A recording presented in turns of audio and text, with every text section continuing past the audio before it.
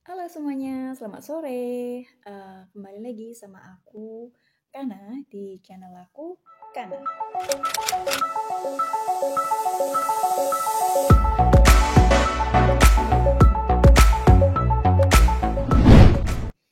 Jadi kali ini aku mau sharing pengalaman soal aku kerja di luar negeri sejak tahun 2017 sampai sekarang tahun 2022, 15 tahun aku di luar negeri. Jadi pertama kali dulu tuh sebenarnya aku nggak mau ke luar negeri karena adik aku Lina dia pengen banget ke luar negeri. Jadi karena dia pengen, so aku rasa aku juga pergi deh. Akhirnya kita berdua berangkat ke PT. Dulu itu PT-nya pertama kali ikut PT adalah PT apa sih? Rimba apa gitu, punya Bu Arni itu loh. Sekarang udah jadi Arni Family namanya, karena udah ganti. Tapi dulu waktu pertama kali aku ikut PT itu namanya Rimba sesuatu gitu, Rimba apa gitu. Ya pokoknya punya Arni Family, kalian tahu lah ya yang pernah ngikut PT-PT pasti tahu ya. Ya itu pertama kali masuk PT adalah PT itu termasuk PT yang sangat ekstrim bagi saya karena peraturannya itu sangat ketat, dan bagi orang yang pertama kali baru masuk PT itu adalah hal-hal yang menakutkan.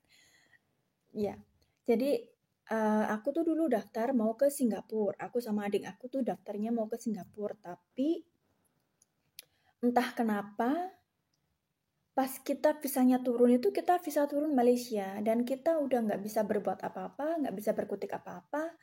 Udah kamu besok terbang ke Malaysia. Itu sebenarnya kaget banget ya, karena kita daftar mau ke Singapura terus tiba-tiba diberangkatkan ke Malaysia. Itu aneh, tapi karena itu adalah jalan aku, mungkin karena Tuhan Gusti Allah memberikan jalan aku untuk ke sana. Jadi oke, aku dan adikku berangkat. Sebenarnya adikku berangkat duluan. Dia 2 minggu lebih dulu daripada aku. Karena visa dia turun lebih dulu, terus aku berangkat setelah dia. Tapi selama kita di Malaysia bareng itu 2 tahun nggak pernah kontekan. Soalnya zaman dulu kan nggak ada HP. And then buat telepon itu kan susah. And then aku juga nggak tahu informasi soal alamat majikan dia di Malaysia kan. Aku sibuk dengan pekerjaanku gitu aja. Nggak terasa udah 2 tahun. Majikan aku tuh baik banget. Dia punya anak 3, 1 cowok, 2 cewek, 3 cowok lagi gitu. Terus majikanku udah termasuk orang agak berumur ya, soalnya dia baru punya anak pertama di umur 33 tahun gitu. Iya, terus di situ ada mamanya juga baik banget. Terus mamanya majikanku yang perempuan ada Popo, tapi mereka Popo ibu hidup dipisah gitu, tapi kadang-kadang aku diajak ke rumah dia gitu. Mereka baik banget, terus nggak terasa 2 tahun tuh udah berlalu gitu. 2 tahun berlalu dia nanyain, kamu mau nggak nambah? Madam, aku tuh ya sebenarnya mau ke Malaysia, sebenarnya mau ke Singapura. Terus aku diberangkatkan ke sini kepada kamu. Jadi aku sekarang mau 2 tahun aja ya, aku mau pergi ke Singapura kerja gitu. Aku bilang gitu. Terus dia bilang, oke lah, kamu boleh kerja di Singapura. Nanti kalau kamu nggak betah di Singapura boleh kok balik ke sini lagi, dia bilang gitu sama saya. Oke, terus aku pulang dianterin ke airport sama Pak Bos, Bu Bos gitu. Pokoknya mereka tuh baik banget sampai detik ini guys. Aku masih SMS-an sama majikan aku di Malaysia itu sampai sekarang, sampai anaknya graduation yang paling gede si Koko graduation jadi dokter di Maroko, dia tuh SMS aku, Kak, Koko sudah graduate di Maroko katanya gitu. And then kemarin dia juga SMS kalau Audrey anak yang nomor 2 itu dia ada di England. So aku kemarin SMS majikanku itu di mana Englandnya nanti kita mungkin bisa ketemuan sama dia gitu kan, aku rindu banget sama dia. Anterin ke bandara, aku pulang, aku dikasih juga uang pesangon, sebelum pulang diajakin belanja gitu, dikasih barang-barang banyak lah dari mereka gitu. 3 bulan kayaknya, terus daftar lagi. PDS apa ya? Kayaknya aku ikut PDS deh ya. Lupa. Oke, so itu. Yang kedua aku ikut, oh enggak, Arni Family, PDS itu terakhir yang aku ke Hong Kong. Ya, Arni Family. Tapi aku ikut di cabang, jadi nggak ke eh, pusatnya. Terus aku ikut di cabang, aku setiap setiap minggu bisa pulang. Di pusat kan jauh nggak bisa pulang, tapi kalau di cabang kan bisa pulang gitu. Lah itu aku nggak nunggu lama, langsung aku berangkat ke Singapura itu. Aku pulang dari Malaysia itu Januari 2019. Terus aku di rumah 3 bulan, daftar ke PT, itu aku berangkat ke Singapura April 2019. Ya, bener-bener 3 bulan. Terus aku nyampe di Singapura, aku senang banget karena Singapura itu kan kayak my dream country. Tujuan utama aku ke luar negeri waktu itu kan Singapura, bukan Malaysia. Jadi aku kayak suka banget, senang banget sama Singapura itu. Oke, aku di sana jaga anak 2, umur 1,5 tahun sama 3 tahun. Tapi majikan aku ya ampun jahat banget. Majikan aku tuh jahat banget, sejahat-jahatnya orang menurutku ya. Tapi kalau aku sekarang melihat kasus-kasus orang di luar negeri yang dipukulin majikan sampai babak belur, yang nggak dikasih makan itu adalah kasus yang lebih parah dari aku. Soalnya aku dulu dipukul, ditampar, terus pernah juga di sini ditarik kayak gini gitu, terus dibanting ke lantai. Aku juga pernah sama majikanku yang di Singapura itu. Terus pernah juga dilempar pakai buku tebel-tebel itu ya. Kalau soal makanan aku nggak pernah kelaparan, tentu bener-bener nggak pernah kelaparan. Soalnya nggak tahu kenapa ya, itu kalau majikan aku melakukan kesalahan sedikit itu dia nggak bisa memaafkan. Seolah-olah seolah-olah aku tuh harus perfect. Terus setiap kali dia menggila kayak gitu guys, 2 anak kecil-kecil itu berdiri di pojokan, ngeliatin mamahnya, ngeliatin aku, sambil mereka nangis, tapi mamanya itu nggak ngerespon loh guys. Kayaknya dia punya penyakit mental deh. Kalau aku ngeliat kan aku kasihan anaknya, aku sayang anaknya ya. Ngeliat anaknya kayak gitu tuh aku kasihan gitu, ngeliat kok dia ngeliat mamanya kayak gitu. Aku takutnya nanti dia trauma kalau dia udah gede gitu. Tapi mamanya nggak peduli sama sekali, dia melakukan aksi bejatnya sama saya setiap hari guys. Terus akhir dari drama itu adalah saat itu pas hari Jumat. Biasanya pas hari Jumat bos aku yang laki itu pulang ke rumah jam 6 sore. Soalnya biasa Senin sama Kamis, sampai Kamis dia jam 10 malam baru pulang. Kalau hari Jumat tuh biasanya dia pulang jam 6 sore. Tapi hari Jumat itu dia pulang jam 1 siang. Dan jam 1 siang itu jadwalnya majikan perempuan aku lagi marah-marah sama aku. Terus di situ dia melihat, karena selama aku bekerja di sana 9 bulan, itu bos laki-laki aku nggak pernah melihat istrinya bertingkah kasar sama aku sama sekali. Soalnya istrinya itu setiap kali ada bos laki-laki aku berlagak kayak mama asli gitu. Tapi kalau bos aku nggak laki-laki nggak ada, dia bertingkah kayak mama tiri gitu loh guys. Seolah-olah kayak gitu. Jadi aku pernah banget depresi banget di situ. Gimana sih? Aku pengen juga kerja dengan baik-baik, pengen kerja dengan benar supaya nggak dimarahin. Tapi setiap masalah kecil itu selalu dibesar-besarkan dan aku selalu dianiaya seperti itu ya. Karena aku juga masih kecil, masih bodoh, nggak tahu kalau caranya melapor atau gimana. Jadi aku nggak pernah melapor sama sekali guys. Sampai akhirnya hari Jumat itu majikan laki-laki aku melihat aku lagi diginiin sama rambut aku di sini dijambak gitu. Itu adalah scene yang dia lihat saat dia masuk pintu.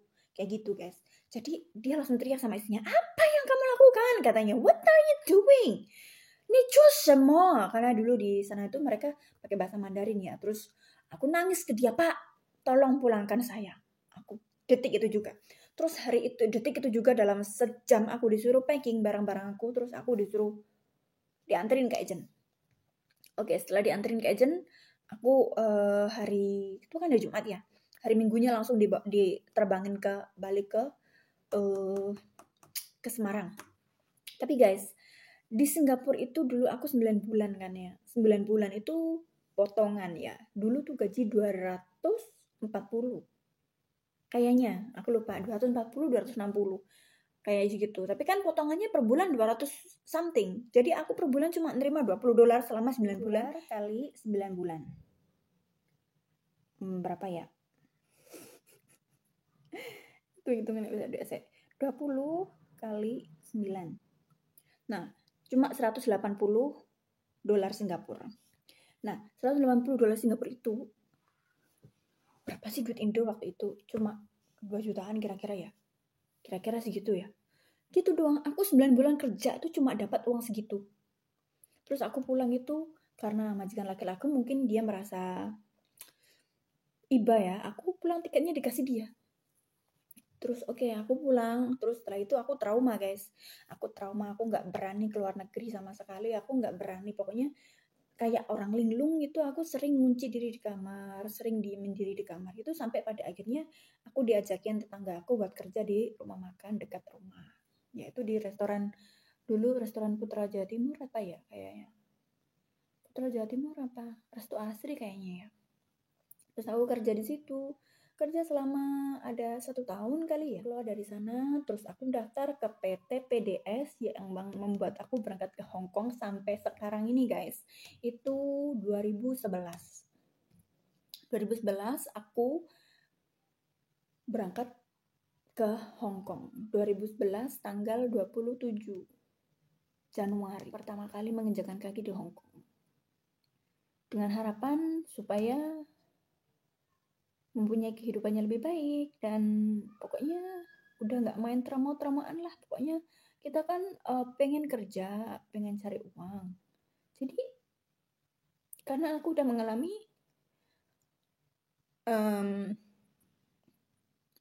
hal yang buruk, jadi aku positive thinking aja. Aku bekerja di sini selama 12 tahun ya, yang namanya kerja ya. Majikannya pasti marah, pasti ya dimarahin, pasti ya kadang banyak kerjaan, kadang yang kayak gini, free.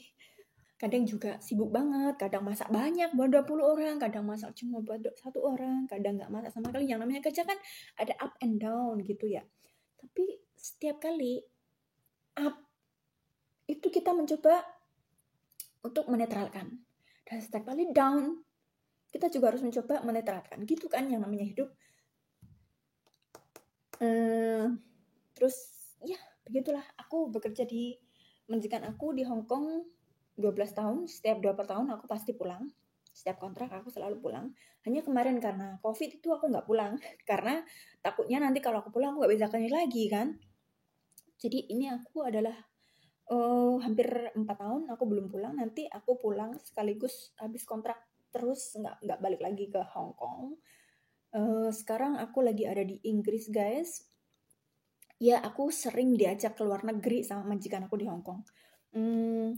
Aku pernah diajak ke Italia, berbagai negara di Italia. Aku pernah juga diajak ke Turki. Aku pernah diajak ke berbagai kota di Italia gitu deh. Terus aku juga pernah diajak ke Paris walaupun cuma lewat. Aku lagi ada di Inggris karena majikan baru beli rumah di Inggris. Jadi dia mempercayakan rumahnya untuk ditata sama aku. Katanya, kamu tahu selera aku gimana. Jadi kamu sih yang ke sana. Dia kan orangnya sibuk ya. Jadi aku yang disuruh di sini jagain rumah, jagain anak dia yang lagi kuliah di sini, yaitu yang umur 19 tahun itu. Terus ya aku sekarang kerjanya nyantai di sini tapi boring. Aku udah terbiasa kerjaan banyak di Hong Kong gitu ya. Bukan kerjaan banyak sih, tapi kan sibuk bersihin ini, bersihin itu gitu. Pokoknya kelihatan sibuk lah, harus bersihin kan tiap hari. Nah di sini aku bersihin lemari udah, bersihin itu udah, semuanya udah. Terus mau ngapain lagi? Di bulan Januari ini aku kontraknya akan habis. Sekarang aku ada di Inggris ke Hong Kong tanggal 7 Desember kalau nggak salah. Tiket aku gitu. Semuanya itu nggak semudah dan nggak segampang apa yang terpampang jelas di publik ya guys. Kalau melihat yang namanya di Facebook atau di Instagram itu pasti dong yang aku upload yang enak-enaknya aja, yang indah-indahnya saja, yang bahagia-bahagianya saja. Tapi di balik itu juga kadang ada emosi yang up down, kadang ada juga yang makan hati, kadang ada juga yang capek hati, gitulah pokoknya. Tapi kan kayak gitu kan, kita kenapa sih di sharing, nggak perlu kan ya. ya ambil hikmahnya aja, karena selama aku bekerja di majikan aku selama 12 tahun ini, mereka kalau soal makanan nggak pernah pelit, bener. Terus kalau soal gaji nggak pernah telat. Dan lagi kalau kita kesusahan, misalkan butuh dana mendadak gitu, mereka mau minjemin, bener. Tapi pakai materai tapi mereka nggak mau bunga sama sekali. Jadi mereka nggak pernah ngambil bunga dari pembantunya yang minjem sama dia. Makanya aku bebas utang. Oke guys, gitu aja pengalamanku kerja di 3 negara. Tapi aku udah melewati banyak rintangan. Banyak rintangan. Iya deh, banyak rintangan. Jadi dari semua itu aku menjadi dewasa. Pesan aku pokoknya, kalau kerja jangan milih-milih. Itu pekerjaan kamu. Do it sebagus mungkin. Karena itu pekerjaan kamu yang ngasih kamu uang. Jadi harus hormati pekerjaan kamu sendiri, gitu loh guys. Ada yang bilang usaha nggak akan mengkhianati hasil. Itu bener loh, bener. Jadi percaya sama usaha kalian, pasti akan memberikan hasil yang baik. Kalaupun di tengah jalan nggak baik, itu adalah ujian. Anggap saja itu batu kerikil yang ngasih kamu ujian di jalan, gitu. Pasti akan ada indah di belakangnya, gitu. Oke guys, terima kasih udah menonton. Bye-bye.